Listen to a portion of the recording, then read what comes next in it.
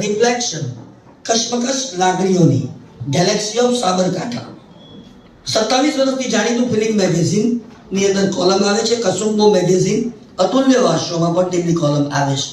આ ઉપરાંત પુસ્તક માનવ પાલવ અને હિન્દી પુસ્તક આધાશ્રી જેમાં તેઓ કો ઓથર પર થઈ ચૂક્યા છે. તેમના લેખ તથા કવિતાઓ નિયમિત રૂપે ઘણા પ્રતિષ્ઠિત ગુજરાતી સમાચાર પત્રોમાં છપાય છે. નમસ્કાર, દૈનિક ગુજરાત, દિવ્ય ભાસ્કર, ગાંધીનગર મેટ્રો, ગુજરાત મેટ્રો, તોરણ, ગાંધીનગર મેટ્રો, સૌંદર્ય દર્પણ પૂર્તિ તથા કસુંબો મેગેઝિન, સાંજ ઈ મેગેઝિન, હું પ્રતિલિપની Matrubharti, your quote, my god, fantastic activity, Jignesh અને કોંગ્રેચ્યુલેશન્સ. આ કશ્મકશ લાગણીઓની વાત એક જ મિનિટમાં.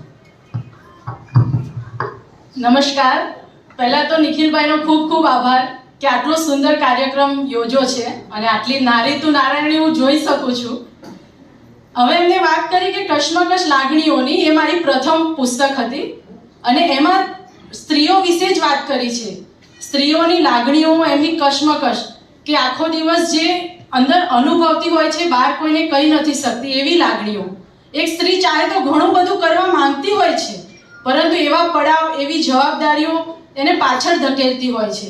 પરંતુ જરાય હાર ના માન્યા વગર તેની લાગણીઓને પાખો આપીને તેને ઉડવાનો પ્રયાસ કરવો, એ મેં કશ્મકશ લાગણીઓની પુસ્તકમાં નાની નાની વાર્તા રૂપે રજૂ કર્યું છે. આજે એક કવિતા હું સંભળાવીશ, સ્ત્રી વિશે જ છે. શું કહું સ્ત્રી તને તું કમાલ છે, શું કહું સ્ત્રી તને તું કમાલ છે, તારામાં જે આવડત છે તેની સામે આજે બધાના જ હાલ બેહાલ છે. તારામાં જે આવડત છે તેની સામે આજે બધાના હાલ બેહાલ છે. તું ચાહે તો સહન કરનારી અને ચાહે તો હાડકા ઢીલા કરનારી.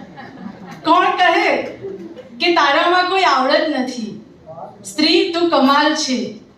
રણભૂમિથી લઈને સરિતાની સાગર સુધી તું જ, તારો જ જય જયકાર છે. આજે દરેક જગદંબા રૂપી મારી સ્ત્રીઓને મારા પ્રણામ છે. Thank you so much.